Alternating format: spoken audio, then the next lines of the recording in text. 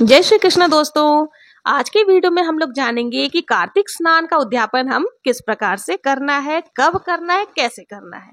तो देखिए, जब हम उद्यापन करते हैं किसी भी व्रत का, अगर आपने कार्तिक स्नान किया है, पंचभीकु स्नान किया है, पंचभीकु यानी कि कार्तिक मास के आखिरी 5 दिन जो स्नान होता है और कार्तिक व्रत के नियम होते हैं, वो अगर आपने किया है तो उसका उद्यापन कैसे करेंगे। जब भी हम कोई व्रत का संकल्प लेते हैं या कोई स्नान आदि का संकल्प लेते हैं, तो जब तक हम उद्यापन ना कर दे तब तक हमारा संकल्प जो है वो पूर्ण नहीं माना जाता। तो अगर आपने भी पूरा कार्तिक स्नान किया है तो आपको भी उद्यापन जरूर से करना चाहिए। अगर आपने कार्तिक के 5 दिन यानी पंचमी को स्नान किया तभी भी आपको उद्यापन जरूर से करना चाहिए। कार्तिक स्नान का उद्यापन कार्तिक पूर्णिमा के दिन किया जाता है।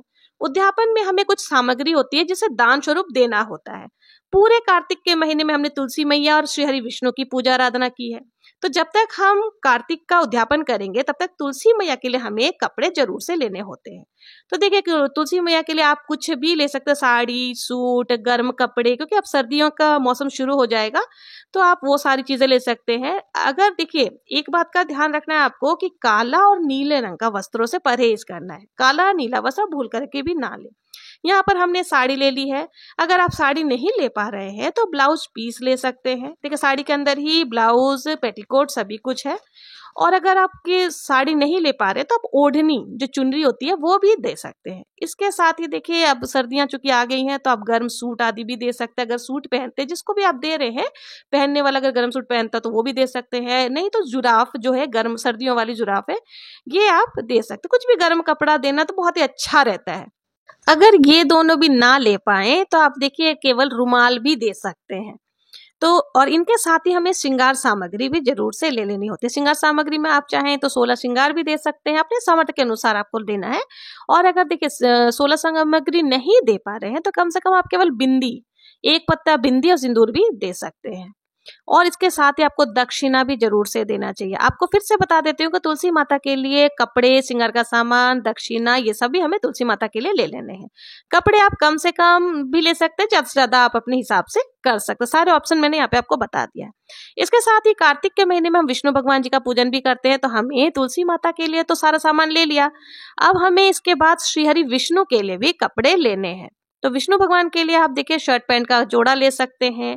आप चाहे तो कुर्ता पजामा का जोड़ा ले सकते हैं, धोती कुर्ता, जिसको भी आप जिमा करके भोजन कराना चाहते हैं ना, उसके हिसाब से आपको कपड़े ले लेने हैं। साथ ही इसमें देखिए चप्पलों का दान भी किया जाता है, तो चप्पलें भी आपको जरूर से लेनी होती है। आप चाहें तो पूरे 5 कपड़े ले सकते हैं, आप चाहे तो सिर्फ कुर्ता पजामा, जुराफ आदि भी ले सकते हैं। यह आपके सामर्थ्य पर डिपेंड करता है कि आपको कितने कपड़े लेने हैं। देखिए, इसके साथ ही हमें 5 बर्तन भी ले लेने होते हैं, अगर आपकी गुंजाइश हो तो। और ऐसा माना जाता है कि आप जितना ज्यादा दान करते हैं ना, उतना ही आपके पास लौट करके आता है। और कार्तिक का स्नान हम लोग कर रहे हैं, मतलब किसी भी स्नान में हम लोटा का प्रयोग जरूर से करते हैं या मग्गे का प्रयोग करते हैं, तो आप लोटा जरूर से ले लें। 1 लोटा आपको जरूर से ले लेना है।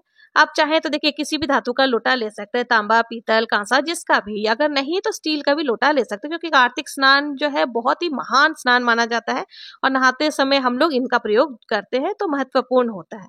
और उसी से आप अर्घ भी देते हैं, पूजा करते हैं, नहाने के लिए भी यूज होता है। तो जो लोटा है ना, लोटा लेकर के ही हम लोग कथा भी सुनते हैं। और जब आपकी दी हुई चीज को कोई इस्तेमाल करेगा ना, प्रयोग करेगा, तो उसका पुण्य बार बार आपको ही मिलता है। तो इसलिए ध्यान दें कि कभी भी आप जब दान में कोई भी सामान किसी को दे रहे हैं तो ऐसा दें जो कि किसी के काम आए, ऐसा नहीं कि वो यूज ही ना कर पाए। तो देखिए, जो हम लोटा लेंगे ना, लोटे को हमें खाली नहीं देना है, लोटे के अंदर हमें कोई भी अनाज जरूर से भर देना है। कार्तिक के महीने में देखिए चावल का दान करना बहुत ही अच्छा माना जाता है, तो आप जो है लोटे में चावल भर लीजिएगा। और अगर देखिए कुंवारी कन्या अगर कोई कर रही है, कार्तिक स्नान किसी ने किया है या 5 दिन जो पंचमी का स्नान किया है, तो वो केवल ग्लास जो है ना, 1 गिलास में चावल भर करके किसी भी पंडित जी को जाकर के दे सकते हैं, उसमें दक्षिणा रख करके। तो यही इसी तरह से जो कुंवारी लड़कियों का उद्यापन हो जाएगा, इसमें ज्यादा कुछ करने की जरूरत नहीं होती है। तो कुंवारी कन्याएं 1 गिलास में अक्षत भर करके और दक्षिणा दे करके किसी भी पंडित जी को दे सकती हैं, उनका उद्यापन इसी प्रकार से हो जाएगा। अब इन सारी सामग्री को हमें क्या करना है, कलप लेना। हाथ में थोड़ा सा अक्षत और थोड़ी सी रोली लेकर के हमें जो है कलप करके, मिनस करके जो ये दान स्वरूप दे देना है। तो आप कलपते समय अपना नाम गोत्र आदि जरूर से बोल ले और प्रभु से निवेदन करें कि मैं ये सारी चीजें दान स्वरूप दे रही हूँ, तो इनको आप स्वीकार करें। इस प्रकार से बोल करके आपको किसी को भी कोई ब्राह्मण या ब्राह्मण पति पत्नी को जोड़े से बुला करके खाना खिला करके फिर आप उसको ये सारी चीजें भेंट स्वरूप दे सकते हैं। लेकिन अगर किसी कारणवश आपके घर में आने में असमर्थ हो तो आप अपने किसी भी रिश्तेदार को भी खाना खिला करके दे सकते। जैसे आपकी ननद हो गई, आपके सास ससुर अगर है तो उनको भी आप खाना खिला करके ये सारी सामग्री दान स्वरूप दे सकते हैं। दक्षिणा आप जरूर से दें, क्योंकि दक्षिणा जो है वो पूजा में रही कमियों को पूरा करती है। अगर मान लीजिए कि कोई आपके घर नहीं आ पा रहे हैं और या किसी कारणवश आप घर पर नहीं बुला सक रही हैं, तो आप क्या करें कि सूखा अनाज एक जने जितना खाना या फिर खाना बना करके जो आपने थाली कटोरी आदि ली है उसी में भर करके आप पंडित पंडितानी के पास में पहुंचा भी सकते हैं, या फिर जो है आप उनके घर पर भिजवा सकते हैं।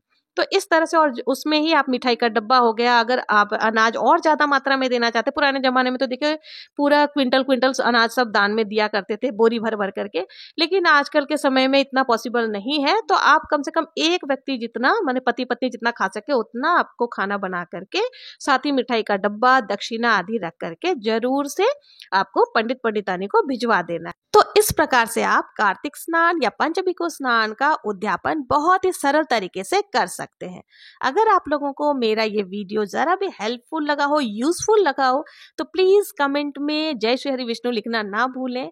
मिलते हैं नेक्स्ट वीडियो में किसी और उद्यापन विधि के साथ। तब तक के लिए जय श्री कृष्णा, जय श्री हरि विष्णु।